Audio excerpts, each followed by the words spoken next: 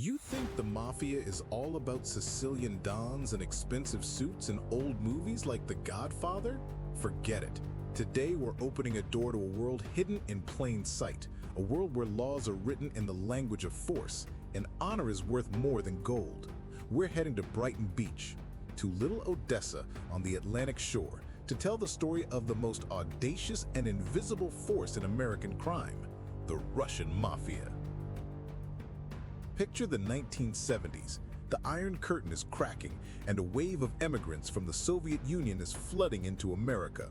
Among the doctors, engineers, and artists were other men who had survived the harsh school of the Soviet gulags, their bodies covered in the thieves' stars, the marks of the highest criminal caste.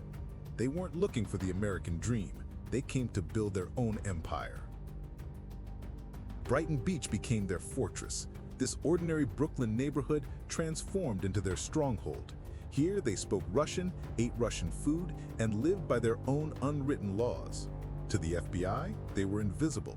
They didn't fit the usual patterns. They weren't Italian. They weren't Irish. This was the Bratva, a new breed of predator, smart, brutal, and incredibly organized. At the helm of this new force stood a living legend, the first boss of the Russian mob in America, Evsei Agron. He wasn't your typical gangster. He was intelligent, well-read, but had an icy gaze that pierced right through to your soul. Agron was a vor v zakone, a thief-in-law of the old school. His word was final, and his power was absolute. He united the scattered gangs and created the first real structure. What was their business? Anything that smelled of big, fast money. They didn't bother taking over businesses from the Italian families. Why should they? The Russians invented schemes that American mobsters couldn't even dream of. They were pioneers of complex financial fraud. They created shell companies, cashed counterfeit checks, and siphoned millions from insurance companies. One of their signature schemes was the fuel tax racket. It was pure genius. They created a chain of bogus companies that sold gasoline to each other, evading taxes at every step.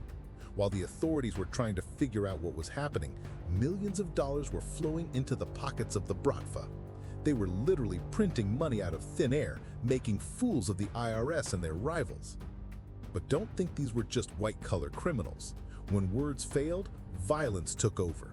It was brutal, public, and merciless. Everyone feared them. They didn't play games with negotiations. If someone stood in their way, they simply disappeared. Brighton Beach lived in an atmosphere of fear and respect. Everyone knew these guys had a long reach and very little patience. A legendary story tells of a time when men from the Colombo crime family tried to muscle in on a business protected by Agron. They were used to everyone being afraid of them, but they overlooked one thing. The Russians didn't play by their rules.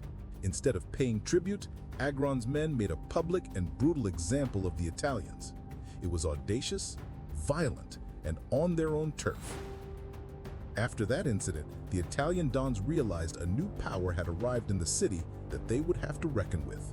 They were furious, but at the same time, they admired their sheer nerve. It was a declaration to the entire New York underworld. We are here, and we're here to stay. But an empire built on fear is always unstable. Tension was growing within Agron's own organization. New, young, and hungry wolves were rising, and they wanted their piece of the pie.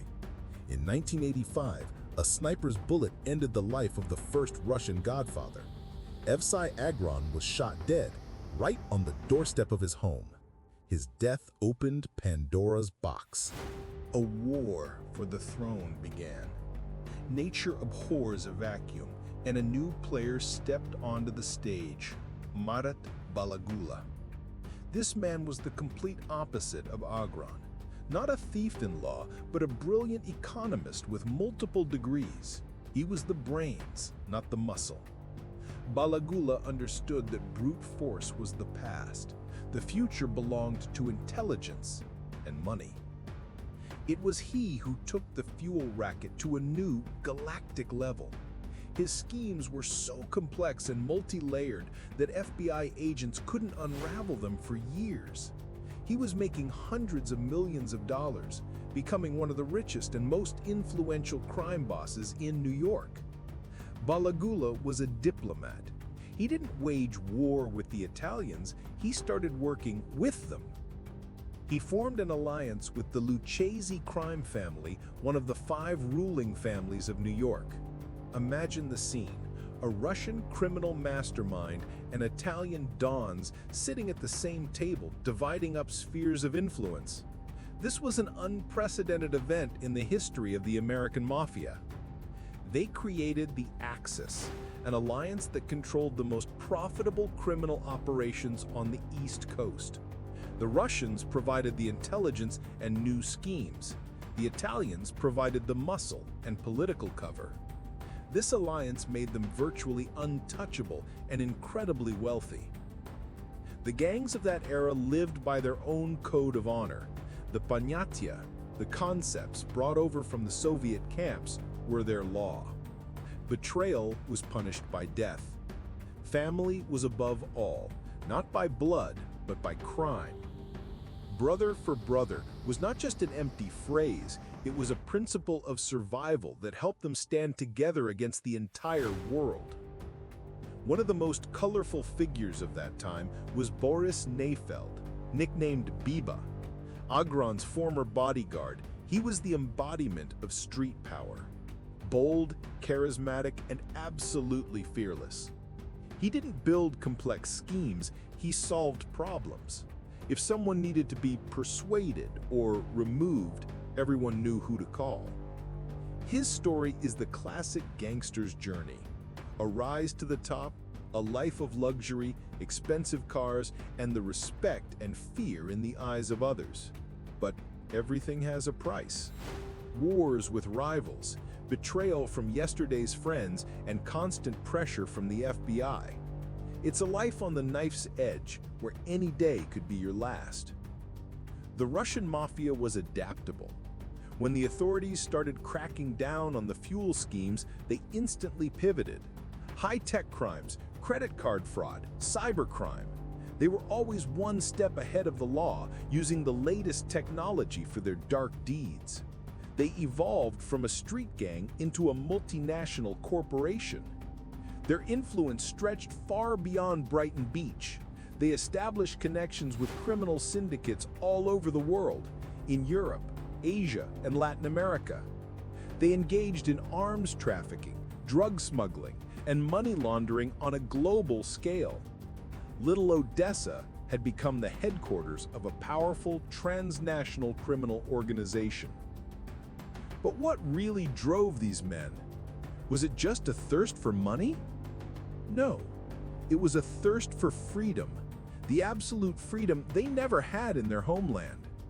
The freedom to live by their own rules, to take everything from life, and to answer to no one. They were building their own world, their own reality, where they were kings. This was the energy of pure action. They didn't wait for life to hand them anything. They took what they wanted, risking everything. Their lives, their freedom. For them, every day was like a final battle. This drive, this willingness to go all the way is what made them so dangerous and successful.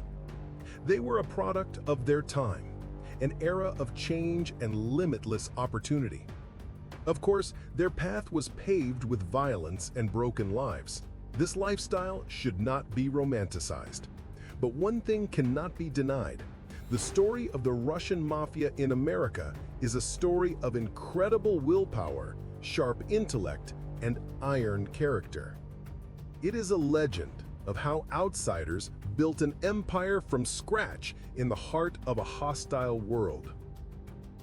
By the late 90s, the FBI finally learned how to fight the Russian threat. Special task forces were created, agents were sent undercover, and many leaders, including Balagula and Neifeld, were arrested. It seemed that the Bratva was finished, but that was just an illusion. The empire did not fall. It simply changed. It retreated into the shadows, becoming even more secretive and sophisticated. The old bosses were gone, but new ones took their place, even more ambitious and technologically savvy. They run their businesses over the internet, using cryptocurrency and encrypted communication channels. They have become ghosts in the system. Today's Russian mafia is no longer just about gangsters from Brighton Beach. It is an international network, deeply integrated into the global economy. They can be anywhere, in Moscow, Dubai, or New York, but their invisible threads still lead back to the very place where it all began, to Little Odessa, on the shore of the ocean. Their story is a powerful reminder that every system has vulnerabilities, and there will always be those willing to risk it all to exploit them. It is a timeless game of cat and mouse, where billions of dollars and absolute power are at stake. A game that continues to this very day. This legend is still alive today. Brighton Beach is as noisy as ever, but behind the facade of everyday life, secrets are hidden that are not spoken of aloud. The story of the Bratva is not yet finished. Did you enjoy this dive into the world of street power? Do you feel that energy? Then show your support. Hit that like button, subscribe to the channel, and write in the comments which story hooked you the most. And here's the hook. If this video gets 1,000 likes, I will release a second part telling the story of Vyacheslav Ivankov, nicknamed Yaponchik, the most powerful Russian vor zakone, whom the FBI considered the #1 threat to U.S. national security. You'll find out how he tried to take over all of America. Don't miss it.